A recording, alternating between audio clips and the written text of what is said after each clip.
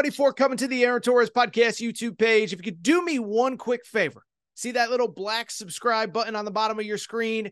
Go ahead, hit that little black subscribe button. Really does help this channel grow, my audience grow, and I appreciate it more than you know. Also, quick thank you to our presenting sponsor, Betfred Sportsbook and the Betfred Sportsbook app. Bet $50 on any game. Get up to $1,111 in free bets, courtesy of the Betfred Sportsbook. Thank you again. Now, here's the video that you came here for. Switch gears. And so let me be blunt about something, right? The game plan when I prepare these shows is not every single day to talk realignment. We did it basically every episode last week. Obviously, on Monday, we talked a little bit about the future of the Pac-4. But the problem is, and yes, I said Pac-4, the 4 remaining schools in the Pac-12 after this year. The problem, though, in saying I'm not going to talk about stuff or promising that I won't, is that new stuff keeps happening. And so the latest twist in realignment that we do at least have to discuss here in passing to towards the back end of the show, it involves the ACC and 2 schools that were left behind. I am, of course, talking about rumors this week that the ACC has been in touch with Cal and Stanford. Yes, you've heard me correctly. Yes, you did hear me correctly. Past tense, future tense, whatever. A conference that is called the Atlantic Coast Conference is starting conversations with 2 schools that are 3,000 miles from Boston, Syracuse, Tallahassee, Miami, wherever. And so we got to at least discuss this. It is lovely, but I'll just be blunt.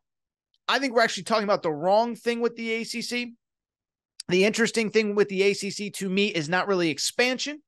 It's actually if there's going to be contraction at some point. So let's discuss and let's conversate.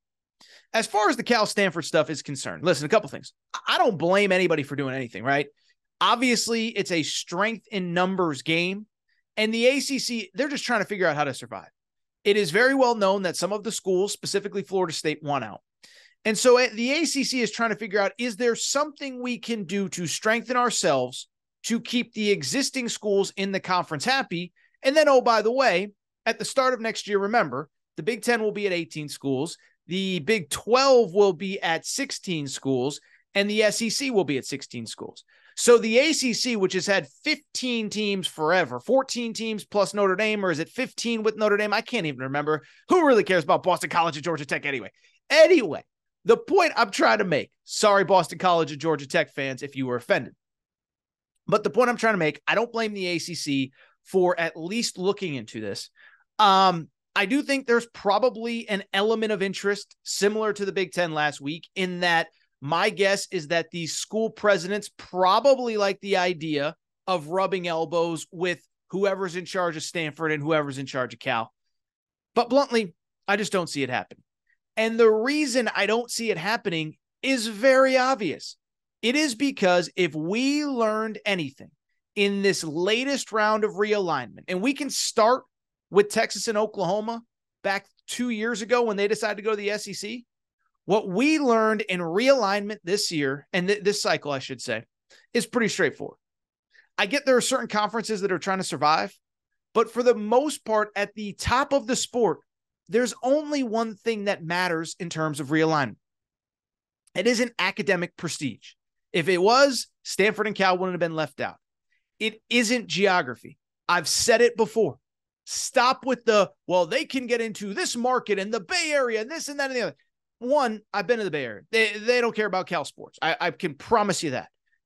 2, like market doesn't matter. That's the point I'm trying to get to.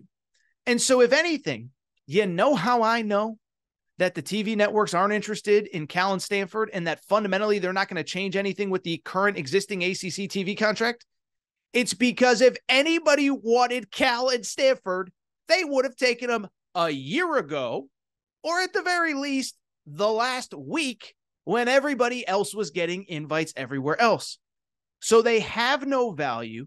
And so because of it, to me, it again comes back down to what I said to lead the segment. To me, the conversation on the ACC that is interesting is not, are they going to expand teams? By the way, I saw Ross Dellinger say they've had exploratory calls with SMU. The interesting thing is not if they're going to expand at all. The interesting thing to me is, are they going to lose schools and how quickly? Now, some would say, like, Torres, where does that come from? We've talked about it before on this show. I think it's pretty common knowledge if you follow this stuff on a day in, day out basis. But the bottom line is the ACC, like, it's sort of hanging on by a thread, but it's sort of not, right? Because it is clear that schools want out. Remember, about probably 6 weeks ago, we found out that 7 schools in the ACC have had calls to try and figure out, can we get out of this TV contract that runs through 2036?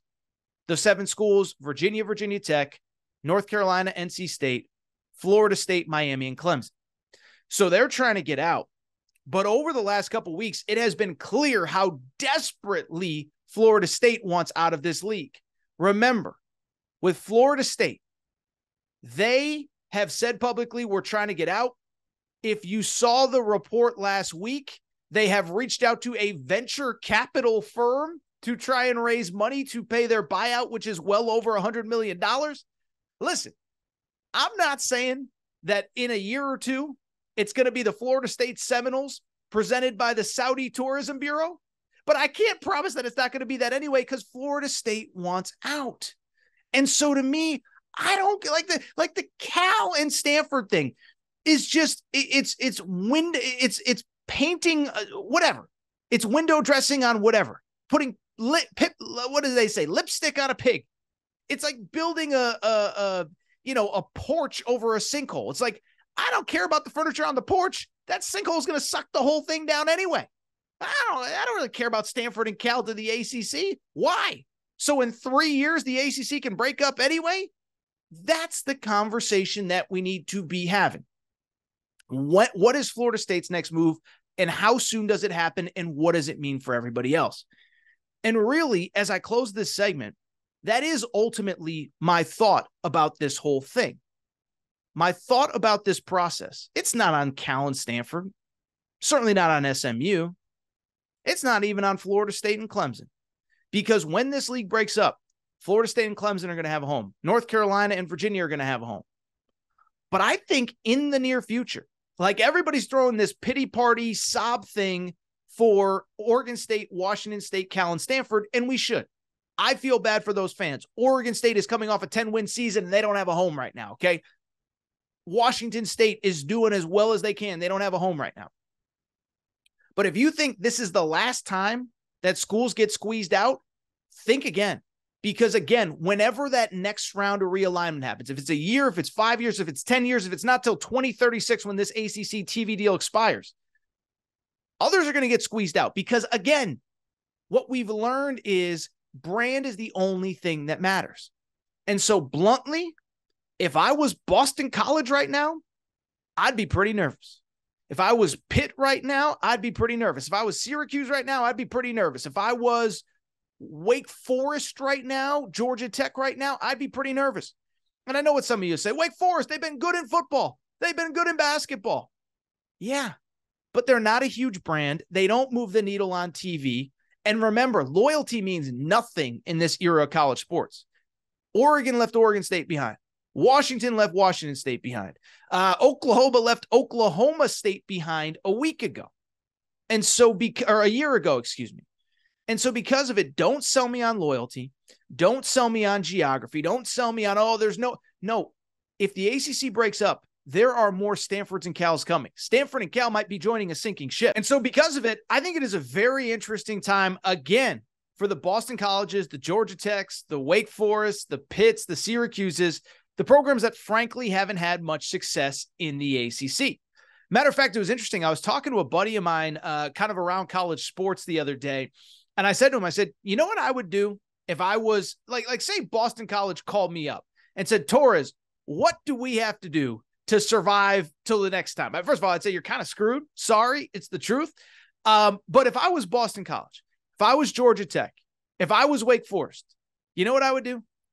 I would spend like there is no tomorrow, because bluntly, there might not be for your athletic department, okay?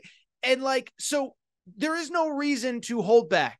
Right now, what you need to do if you are one of those schools, you need to go ahead and best position yourself going forward so that whenever the next round of realignment comes, the next round of expansion, the next round of contraction, if you will, maybe even, that you are viable and interesting to the TV networks and to other conferences. Now, ultimately, it might not save you. But at this point, I would be pumping every dollar I have into NIL, every dollar I have into getting the best coach. If the guy that I have, I know isn't the guy, fire him, pay whatever buyout, pay whatever it costs to get the best person that you possibly can, because in the end, there's no tomorrow. And so if you spend a bunch of money, who cares? Because in 5 years, you might not be making any money. You might not have a place to go. You might be Oregon State or Washington State, no disrespect intended, that could be going from $20 million a year in the Pac-12 to $4 or $5 million a year in the Mountain West. And so I don't mean to belittle. I don't mean to begrudge.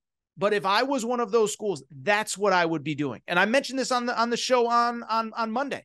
Like, my understanding with Cal was actually starting to finally pump money into their athletics department, including hiring Mark Madsen as its basketball coach, basically hoping that they were in an advantageous position once the next round of realignment came.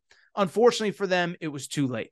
For the Boston Colleges, for the Wakes, for the Pitts, there is still time. But like I said, if I was them, I would spend like there is no tomorrow, because bluntly, for those schools, there might not be.